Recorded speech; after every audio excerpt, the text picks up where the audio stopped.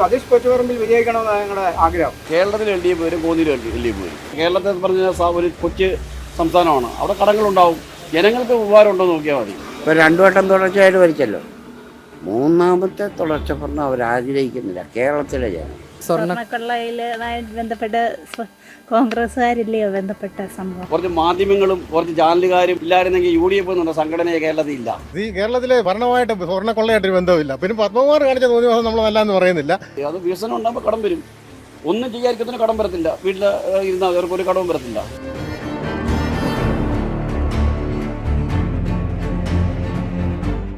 നമ്മളിപ്പോൾ ഉള്ളത് ചിറ്റാർ ഈട്ടിച്ചൂടാണ്. ഇവിടെ ഞങ്ങൾ മറുനാടൻ സർവേ ടീം ഇങ്ങനെ സഞ്ചരിക്കുമ്പോൾ ഇവിടെ തടി കയറ്റുന്ന തൊഴിലാളികളെയാണ് നമ്മൾ കണ്ടത്.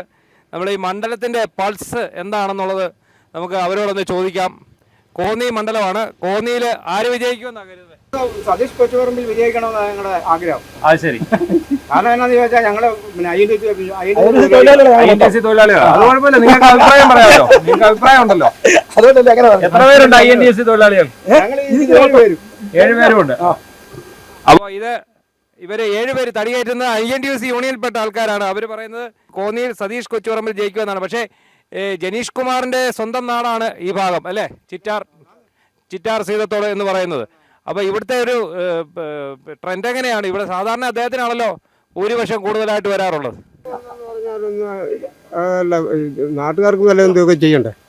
ഒരുപാട് കാര്യങ്ങളൊന്നുമില്ല. ഇപ്പൊ തന്നെ ഈ റോഡ് കോന്നിക്കുള്ള റോഡല്ലേ, അത് പണിഞ്ഞോണ്ടിരിക്കുകയല്ലേ? അത് നേരത്തെ അടൂര് വന്നപ്പോഴുള്ള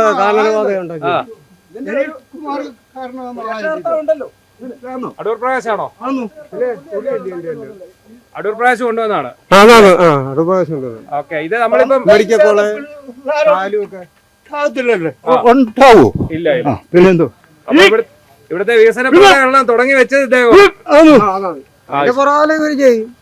ഇത് അടുത്ത വർഷം കയറിയാലും അവർ ചെയ്തേ പറ്റൂ. Okay okay okay. ഇത് INTC യൂണിയനിൽപ്പെട്ട തൊഴിലാളികളാണ്. ഇവർ പറയുന്നത് ഇവിടെ എല്ലാം തുടങ്ങി വെച്ചത് മുൻ MLAയും മന്ത്രിയുമായിട്ടുള്ള അടൂർ പ്രകാശ് ആണെന്നാണ്. അത് പൂർത്തീകരിക്കുന്ന ജോലി മാത്രമാണ് ജനീഷ് കുമാർ ചെയ്തുകൊണ്ടിരിക്കുന്നത് എന്നുള്ളതാണ്. നമ്മളിപ്പോൾ ഇത് മലയോര ഹൈവേയുടെ ഭാഗമാണ് ഈ റോഡ് പണി നടന്നുകൊണ്ടിരിക്കുന്നത്. ഇത് സത്യത്തിൽ അടൂർ പ്രകാശിന്റെ ഒരു ആശയമായിരുന്നു.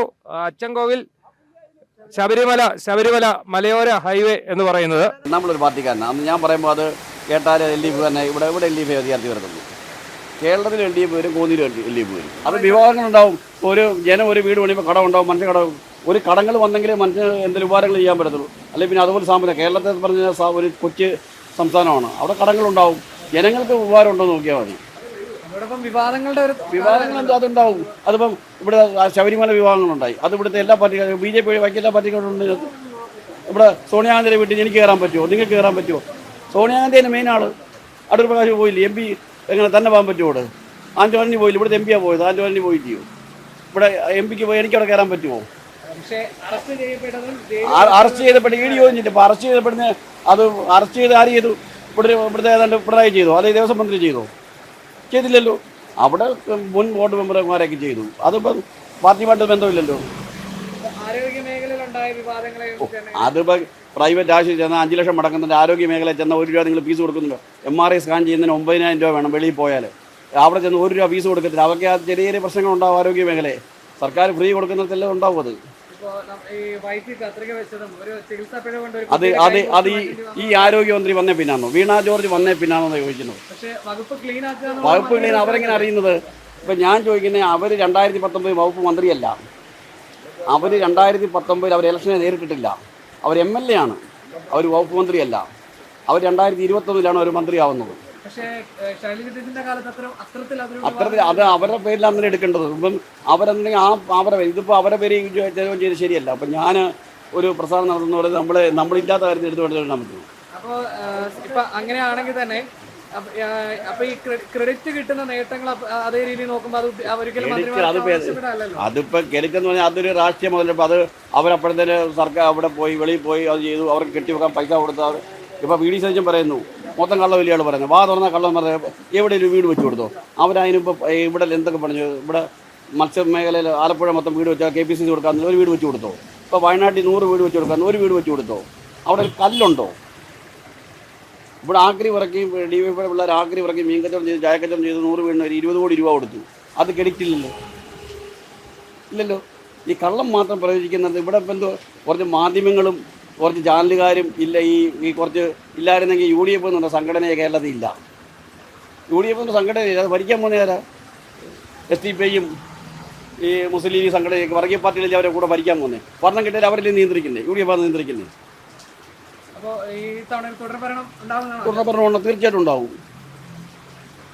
ഇവിടെ കേരളത്തിലുള്ള ഒരു സാമാന്യ വിദ്യാഭ്യാസം ഉണ്ടല്ലോ, അവർക്ക് ചിന്തിക്കാൻ കഴിവില്ലേ? 35 വയസ്സിനും 50 വയസ്സിനുള്ള പിള്ളേർ ചിന്തിക്കും. അതൊക്കെ വിവാഹങ്ങളുണ്ടാവും. കാര്യം ഒരു വീട് പണിഞ്ഞാൽ കടമുണ്ടാവും. കടമുണ്ടെങ്കിൽ ഈ റോഡുകൾ ഞാൻ ചിന്തിച്ച കാലത്തോട്ട് കാണുന്നത് ഇപ്പോഴാണ് റോഡായത്. വണ്ടിക്ക് മെയിൻ്റനൻസ് ഇല്ല. എവിടെ ആൾക്കാർക്ക് 2 മണിക്കൂർ തിരുവനന്തപുരം പോകാം. വികസനം ഉണ്ടാകുമ്പോൾ കടങ്ങൾ വരും. ഇപ്പം മറുനാടൻ നിങ്ങളുടെ മുതലാളി കടം കാണത്തില്ലേ? അത് വികസനം ഉണ്ടാകുമ്പോൾ കടം വരും. ഒന്നും ചെയ്യാതിരിക്കുന്നതിന് കടം വരത്തില്ല. വീട്ടിൽ ഇരുന്നാൽ അവർക്കൊരു കടവും വരത്തില്ല. ഇവിടെ വന്ന് BJP ആരോപണമില്ലേ? CPM BJP എന്ന് പറഞ്ഞാൽ നന്ദധാര ഉണ്ടെന്ന് പറഞ്ഞാൽ ഏതെങ്കിലും ജനം വിശ്വസിക്കൂ? കോന്നിയിലുണ്ടെന്ന് പറയുന്നു, റാന്നിയിലുണ്ടെന്ന് ഇത് വിശ്വസിക്കൂ? അത് പറയുമ്പോൾ ഒരു മാന്യമായിട്ടാണ്. കോന്നി ജനിച്ചു വളർന്നത്. നമ്മൾ കോന്നി ഇവിടെ സുരേന്ദ്രൻ വന്ന് 2 പ്രാവശ്യം മത്സരിച്ചേ കോന്നി. അന്ന് അങ്ങനെ ഉണ്ടെങ്കിൽ അന്നെന്താ ഈ ധാര ഉണ്ടായിരുന്നു? ഇവിടെ പോയി ഇതൊന്നും ഇവിടെ കോന്നി എന്നുള്ള വിദ്യാഭ്യാസം, കേരളം മൊത്തം വിദ്യാഭ്യാസമുള്ള ഇതൊന്നും ആരും അങ്ങനെ ഈ ഒറ്റയടിക്ക് ചിന്തിക്കത്തില്ല. വോട്ട് ചെയ്യാൻ മറ്റ് സ്റ്റേറ്റിലെ പോലെ കൂലിക്കാളെ വിളിക്കേണ്ട 20 പേരെ വിളിക്കേണ്ട കാര്യമൊന്നും ഇവിടെ ഇല്ല. ഇവിടെ മഴ നനഞ്ഞാൽ പ്രവർത്തിക്കാൻ സഖാക്കളുണ്ട്, നല്ല സഖാക്കൾ, ഊർജ്ജമുള്ള ഒരു മൂടേ ഉള്ളില്ല, ഒരു മൂട് മതി, അവൻ പൊട്ടി വളരും മടക്കി. അവരത് അതിനുള്ള കരുത്തുള്ളവരാ. അവർക്ക് നല്ല കൈ അറ്റി വിടാൻ ചേർന്നെടുക്കുന്നവരാ അവർ പാർട്ടി കൊണ്ട് പാർട്ടി. പിന്നെ പാർട്ടി സഖാക്കളല്ലാത്തവരുണ്ട്, ചുമ്മാ അവിടെ ഇവിടെ നിന്ന് പറയും പാർട്ടിക്കാർ കുഴപ്പമാണ്, അത് കുഴപ്പമാണെന്ന് പറയും. അത് പാർട്ടിയുടെ ബോധം അറിയാത്തവരാണ്. ഇവിടെ ആയിഷ പോയിട്ട് പോയി ഈ 15 വർഷം MLA ആക്കി, 15 വർഷം ജില്ലാ പഞ്ചായത്ത് മെമ്പറാക്കി. അവർ പോയതിന് അധികാരമോഹത്തിനാണ്. ഇപ്പോൾ ഇവിടെ 5 ലക്ഷം പാർട്ടി മെമ്പർമാരുണ്ട്. ഈ 5 ലക്ഷം പാർട്ടി മെമ്പർമാർക്ക് അവർക്ക് ഇത് തരാൻ പറ്റുമോ? ഈ പാലക്കാട് സരിൻ പോയത് ഉൾപ്പെടെ സരിൻ പോയ സരിന് എങ്ങും ഒരു മനസ്സിൽ സീറ്റില്ലല്ലോ. സരിനെ പറഞ്ഞാൽ സരിൻ വെറും ഒരു ഉപതെരഞ്ഞെടുപ്പിലെ സീറ്റ് ആ സീറ്റൊക്കെ കൊടുത്തു. അത് കാര്യം സരിനെ സംബന്ധിച്ച് സരിന് അവരുടെ ഒരു MLA അല്ല. LDFൻ്റെ 5 പേര് അവർ ചേക്കരി പോയത് MLA-മാരാണ്. ഒന്ന് P. ശശി, ഒന്ന് സുധാകരൻ, ഒന്ന് നമ്മുടെ 3 MLA-മാരും ബാക്കി പോയ നേതാക്കന്മാരെന്നേ ഉള്ളൂ. ഇവരെന്തിനാണ് പോയത്? ഇപ്പം ഈ പോയവരെന്തിനാണ് പോയത്? കൊടുക്കാവുന്ന സുധാകരൻ 2 മിനിസ്റ്റർ സ്ഥാനം കൊടുത്തു, 15 വർഷം MLA സ്ഥാനം കൊടുത്തു. അതൊക്കെ എന്തോ ഇനി കിട്ടാനുള്ളത്? ഇവിടെ അയാൾക്ക് വേണ്ടി എത്ര പേര് പോസ്റ്റ് ഇട്ടു? അയാളുടെ സ്വന്തം കഴിവുകൊണ്ട് ജയിച്ചാന്നോ? അയാളുടെ സ്വന്തം കഴിവുകൊണ്ട് ജയിച്ചല്ലോ. ഒരു MLA ആവണമെങ്കിൽ കഠിനാധ്വാനം ചെയ്താണ് പാർട്ടി പ്രവർത്തിക്കുന്നത്. MLA-മാർ സ്വന്തം കഴിവുണ്ട്. ഇപ്പോൾ ഇനി പിണറായിയും LDFനും ഈ അണികട മേളിൽ നിന്ന് ആരുമല്ല, പാർട്ടിയാണ് വലുത്. പാർട്ടിക്ക് മേളിൽ ആരുമില്ല. പാർട്ടിക്ക് മേളിൽ പിണറായി ഇല്ല, ഈ ഇരിക്കുന്ന ഒരു കസേര ഇരിക്കുന്ന ഒരു നേതാക്കം പറ്റില്ല. പാർട്ടിയാണ് വലുത്. പാർട്ടിക്ക് മേളിൽ ഒരുത്തനുമില്ല. പിണറായിക്ക് ഇരിക്കുന്ന അയാൾ ഒരു നേതൃത്വം കൊടുക്കുന്ന ഒരാളെന്നേ ഉള്ളൂ. അത് ഏകീകരിച്ച് നേതൃത്വം കൊടുക്കുന്ന അത് സംസ്ഥാന കമ്മിറ്റി കൊടുക്കുന്നത്. അയാൾ സംസ്ഥാന കമ്മിറ്റി പറയുക കൊടുക്കണമെന്നല്ല, കൊടുക്കത്തില്ല.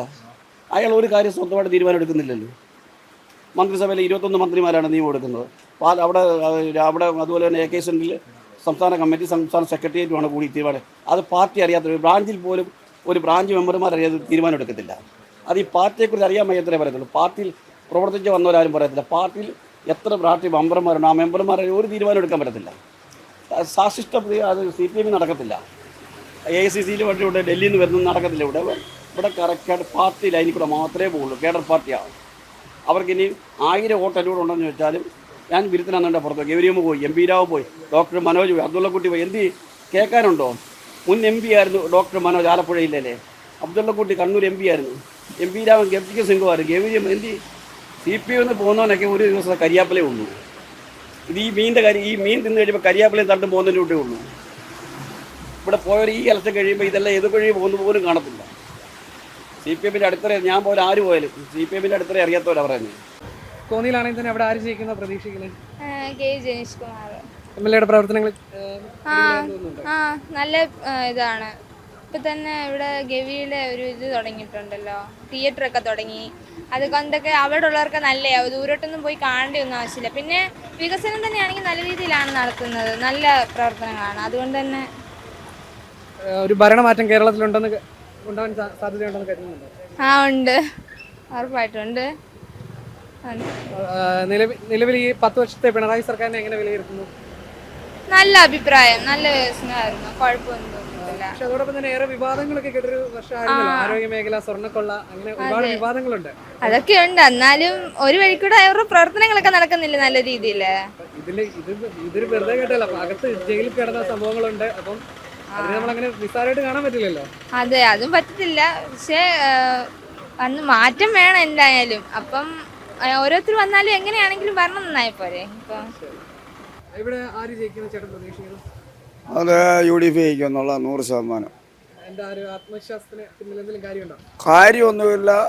ഇനി അധികാരത്തിൽ വരേണ്ട കോൺഗ്രസ് തന്നെയാണ് 100%. ഈ മണ്ഡലത്തിലെ പ്രതീക്ഷ ചേട്ടൻ്റെതോ? ഈ മണ്ഡലത്തിലെ പ്രതീക്ഷ UDP ജയിക്കും എന്നുള്ള ധാരണയാണ്. നിലവിലെ MLA-യുടെ പ്രവർത്തനങ്ങളപ്പോൾ പോരാ എന്നാണോ? പോരാ എന്നുള്ളത് ഉണ്ട് ഇതൊരു ഇത് വരണമല്ലോ. രണ്ടാമത് അവർ ഒന്ന് ഭരിക്കട്ടെ. മൂന്നാമതല്ലേ.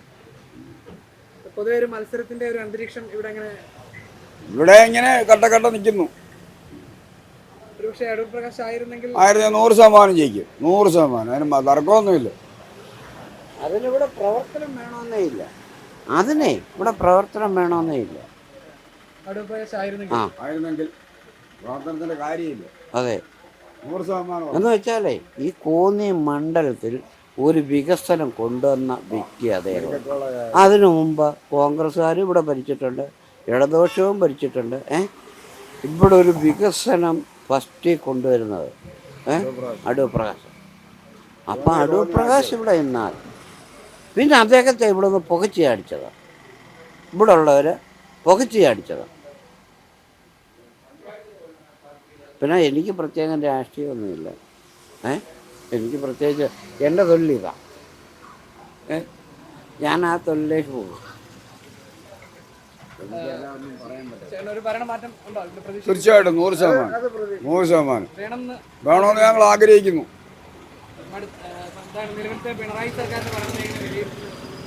നമ്മളിപ്പോൾ അങ്ങനെ വിലയിരുത്തുകയല്ല. അവര് മാറ്റം വേണം. എന്ന് പറഞ്ഞാൽ ഒരു തുടർച്ച ഭരണം അത് നമ്മുടെ കേരളത്തിലുള്ളവർ ആഗ്രഹിക്കുന്നില്ല. തുടർച്ചയായ ഭരണം. ഇപ്പോൾ 2 വട്ടം തുടർച്ചയായിട്ട് ഭരിച്ചല്ലോ. മൂന്നാമത്തെ തുടർച്ച ഭരണം അവർ ആഗ്രഹിക്കുന്നില്ല കേരളത്തിലെ ജനം.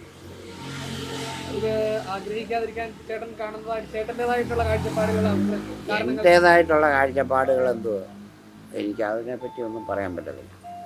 ഞാൻ ഒന്നും പറയത്തില്ല അതിനെപ്പറ്റി. അതുപോലെ ഇപ്പോൾ കോൺഗ്രസ് 5 ഗ്യാരണ്ടികളൊക്കെ പ്രഖ്യാപിച്ചിട്ടുണ്ടല്ലോ. സ്ത്രീകൾക്ക് സൗജന്യ. അപ്പോൾ ഇതൊക്കെ ഭരണത്തിലേക്ക് നടപ്പിലാക്കുമെന്നുള്ളത് അത് പറഞ്ഞാൽ അവർ ചെയ്യും. ഉറപ്പാ.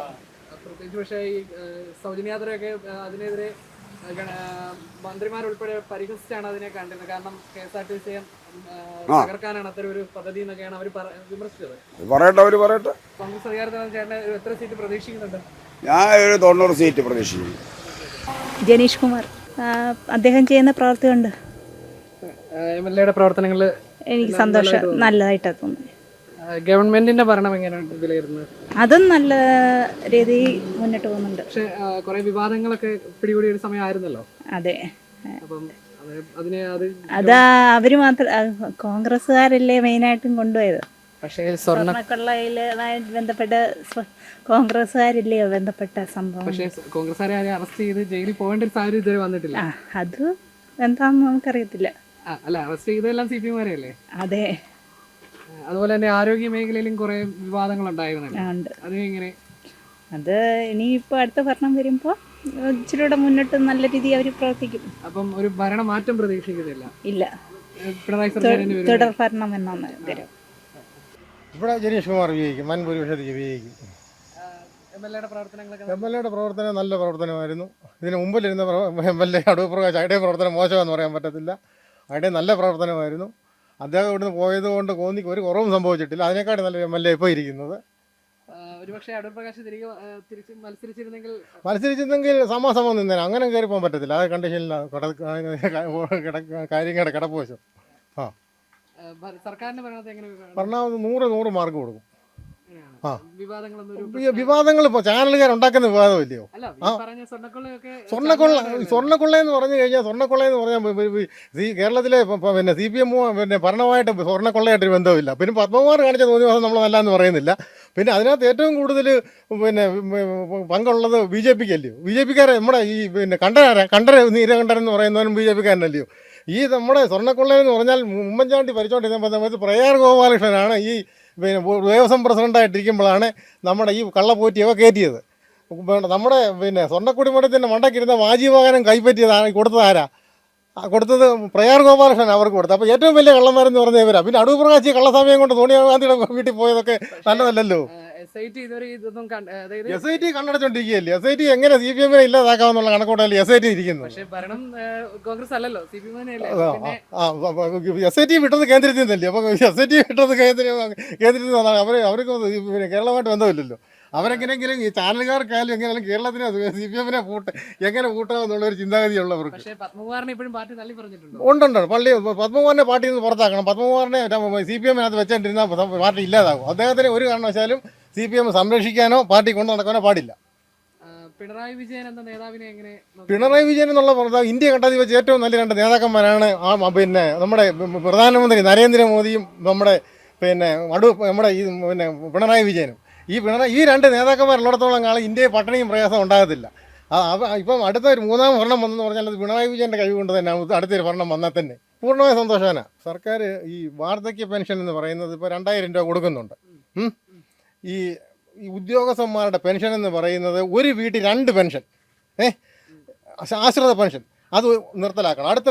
അടുത്ത UDF വന്നാലും LDF വന്നാലും ഒരു വീട്ടിൽ 2 സർക്കാർ ഉദ്യോഗസ്ഥന്മാരുണ്ട്. നോട്ടിക്കോ, ഒരാളങ്ങ് മരിക്കുക, അവർക്ക് 50,000 രൂപ പെൻഷനുണ്ട്. ഒരാളങ്ങ് മരിച്ചു പോയി, അവർ ജീവിച്ചിരിക്കുന്നിടത്തോളം കാലം ഈ രണ്ടാമത്തെ പെൻഷൻ 50,000 രൂപ എന്ന് പറയുന്നത് ഒരിക്കലും നിജപ്പെടുത്താൻ പറ്റരുത്. അത് നിർത്തലാക്കിയിട്ട് വാർദ്ധക്യ പെൻഷൻ 3,000 4,000 ആക്കണം. അത് ഏറ്റവും നല്ലൊരു കാര്യമാണ്.